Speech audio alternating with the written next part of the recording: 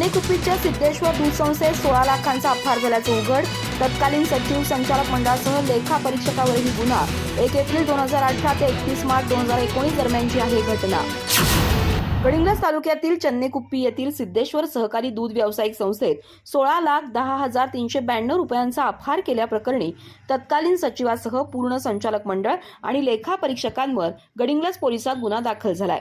1 April 2018 ते 31 मार्च 2019 दरम्यान पूर्ण झालेल्या लेखा परीक्षणाचे फेर लेखा परीक्षण होऊन हा आरोप निश्चित करण्यात आलाय. त्यामुळे तालुक्यातील सहकार क्षेत्रात खळबळ माजली आहे. याबाबतच्या अधिक माहितीनुसार लेखा परीक्षक उदयसिंह रावराणे यांनी गडिंग्लज पोलिसात फिर्याद दाखल केली आहे. त्यांच्या फिर्यादीनुसार तत्कालीन सचिव महादेव पुंडलिक मांडेकर यांनी स्वतःच्या पदाचा दुरुपयोग करून गैरकारभार केलाय. त्या दरम्यान चेअरमन, व्हाईस चेअरमनसह इतर संचालकांनी त्यांच्या जबाबदारीकडे दुर्लक्ष केलंय. तर AR दिवटे यांनी केलेल्या संस्थेच्या लेखा परीक्षणात ही अफरातफर लक्षात येऊनही त्यांनी सचिवांना मदत केली आहे. त्यामुळे सचिव मांडेकर, लेखा परीक्षक दिवटे यांच्यासह तत्कालीन संपूर्ण संचालक मंडळावर गुन्हा दाखल करण्यात आलाय.